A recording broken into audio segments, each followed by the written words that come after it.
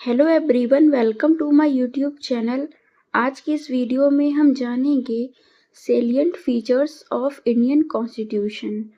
भारतीय संविधान में ऐसे कौन से फीचर्स हैं जो इसे अलग बनाते हैं। The constitution of India is the longest written constitution of any sovereign country in the world. भारत का संविधान दुनिया का सबसे बड़ा लिखित संविधान है और एक इंडिपेंडेंट कंट्री है जो कि किसी अन्य कंट्री पर डिपेंड नहीं है। It is adopted by Indian constituent assembly on 26 November 1949 and came into effect on 26 जनवरी 1950। यह भारतीय संविधान सभा द्वारा 26 नवंबर 1949 को अपनाया गया और 26 जनवरी 1950 को इसे भारत में लागू कर दिया गया। The father of Indian constitution doctor B R. Ambedkar. भारतीय संविधान का जनक डॉक्टर बी.आर. अम्बेडकर को कहा जाता है। Written constitution, longest written constitution currently containing a preamble, 448 articles in 25 parts, 12 schedules. Constitution conveys the vision of India as a democratic nation. विश्व का सबसे लंबा लिखित संविधान भारत का है, जिसमें कि एक प्रस्तावना है जो कि संविधान के बारे में संक्षेप में वर्णन करती है। 448 आर्टिकल्स इन 25 पार्ट्स। संविधान में 448 अलग अलग अनुच्छेद या कानून हैं जिन्हें 25 मुख्य भागों में बांटा गया है। ये भाग शासन, मौलिक अधिकारों और भारतीय राज्य की संरचना के विभिन्न पहलुओं को कवर करते हैं।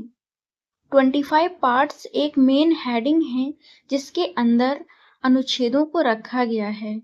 इसमें 12 अनुसूचियां हैं। संविधान भारत को एक लोकतांत्रिक देश के रूप में दिखाता है जिसमें कि पॉलिटिकल पावर जनता के पास होती है। संविधान को बनने में 2 साल 11 महीने और 18 दिन का समय लगा। It also includes a number of amendments with the latest being of 106 amendments। संविधान में कई संशोधन किए जा चुके हैं जिसमें कि जो लेटेस्ट है 106 संविधान संशोधन है। The original text of the Constitution contained 395 articles in 22 parts and 8 schedules। जब भारत का संविधान लागू किया गया था, यानी कि भारत के मूल संविधान में 22 भाग जो कि 395 अनुच्छेद में विभाजित थे और 8 अनुसूचियां थीं। आर्टिकल्स आर स्मॉल रूल्स और प्रोविजन ऑफ द कॉन्स्टिट्यूशन। अनुच्छेद एक छोटे नियम और प्रावधान हैं जो कि संविधान में रखे गए हैं। These define a particular subject और राइट। ये एक विशेष विषय और अधिकार से संबंधित होते हैं। For example, article 1 describes India as a union of states. संविधान का अनुच्छेद 1 कहता है कि भारत राज्यों का एक संघ है, यानी कि भारत सभी राज्यों से मिलकर बना है। वर्तमान समय में 28 राज्य और 8 केंद्र शासित प्रदेश हैं जो कि भारत के अंदर आते हैं। Parts are groups of major topics of the constitution. Parts क्या है? कई सारे मेजर टॉपिक्स का ग्रुप है। This holds several paragraphs together. इसमें कई सारे पैराग्राफ होते हैं।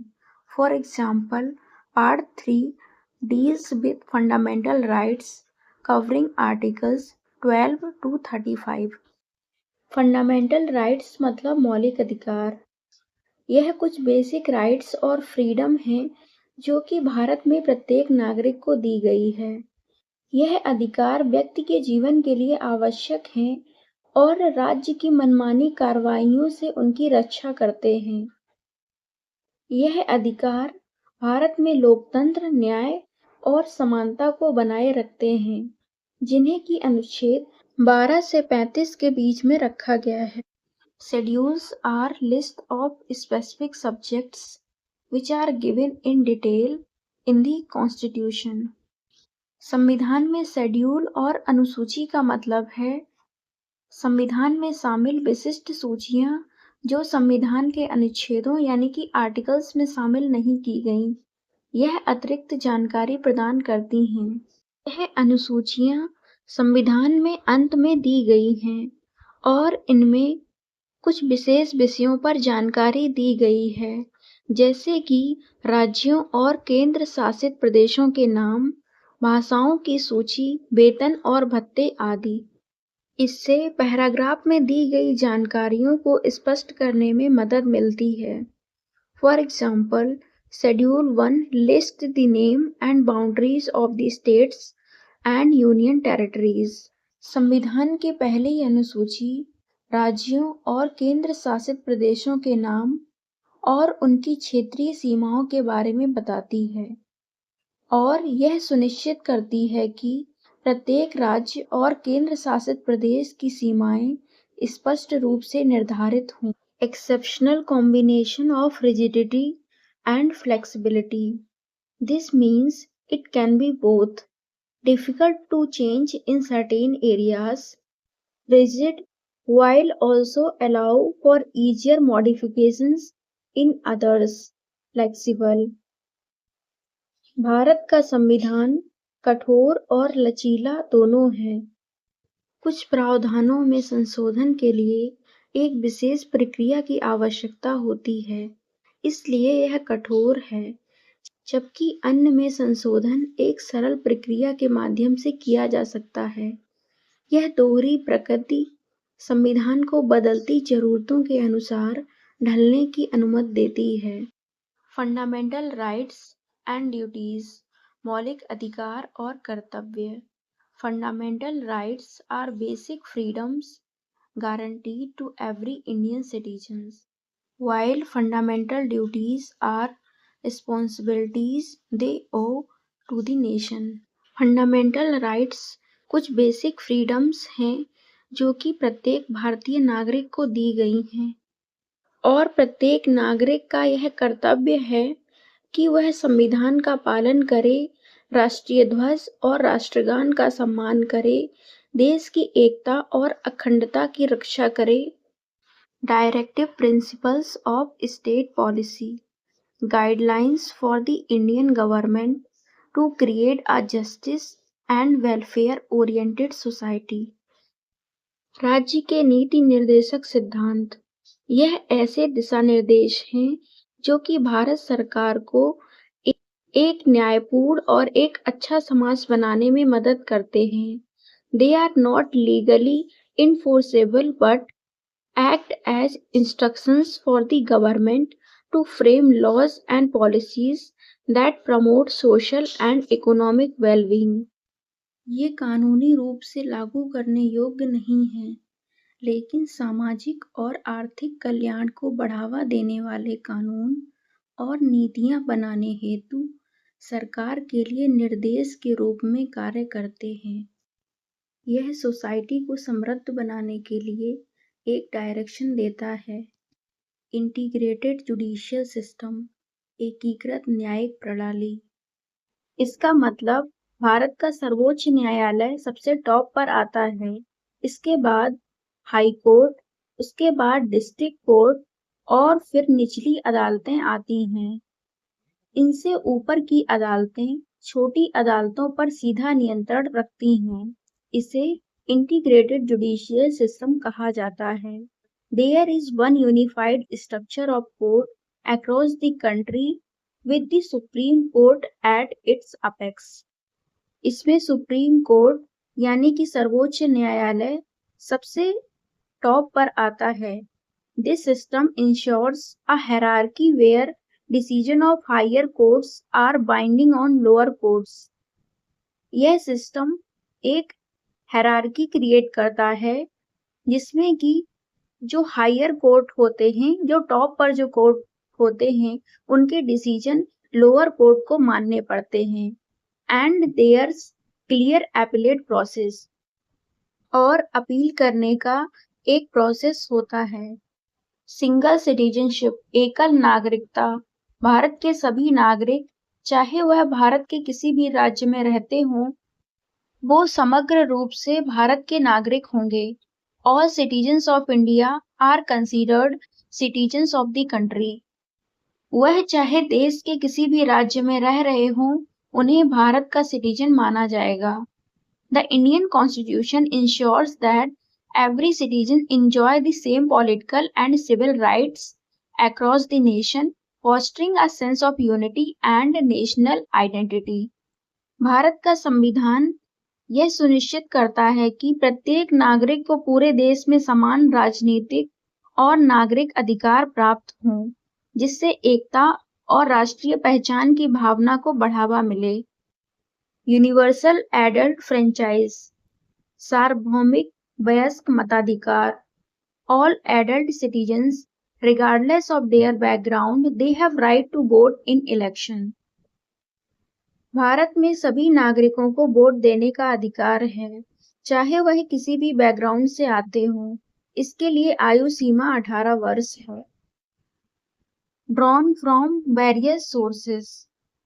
The Constitution of India has borrowed most of its provisions from the Government of India Act of 1935, from the constitutions of various other countries. Bharat का संविधान कई sources से लिया गया है।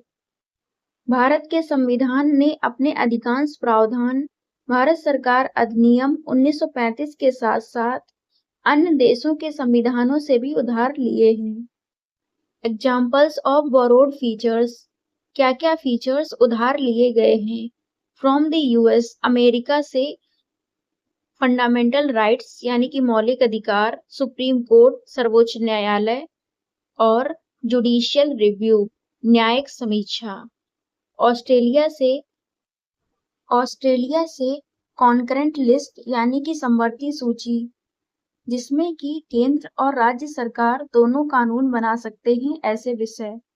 एंड कोऑपरेटिव फेडरलिज्म, जिसमें राष्ट्रीय, राज्य और स्थानीय सरकारें मिलकर आम समस्याओं को सुलझाने में मदद करती हैं।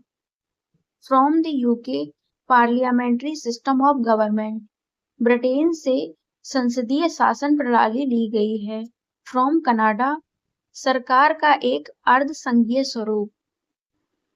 From Ireland, directive principles of state policy, राज्य के नीति निर्देशक सिद्धांत। पार्लियामेंट्री फॉर्म ऑफ गवर्नमेंट, संसदीय शासन प्रणाली। The executive branch, the government is chosen by and is accountable to the legislature. The parliament, essentially the party coalition of parties that holds the majority in parliament from the government, and the government remains in power as long as it retains the confidence of the parliament. संसदीय शासन प्रणाली एक ऐसी व्यवस्था है जहां सरकार संसद के प्रति जवाबदेह होती है। इस व्यवस्था में सरकार का मुखिया आमतौर पर प्रधानमंत्री होता है, जो संसद के सदस्यों में से चुना जाता है और उसे अविश्वास प्रस्ताव द्वारा हटाया जा सकता है। सेक्युलर स्टेट, धर्मनिरपेक्ष राज्य।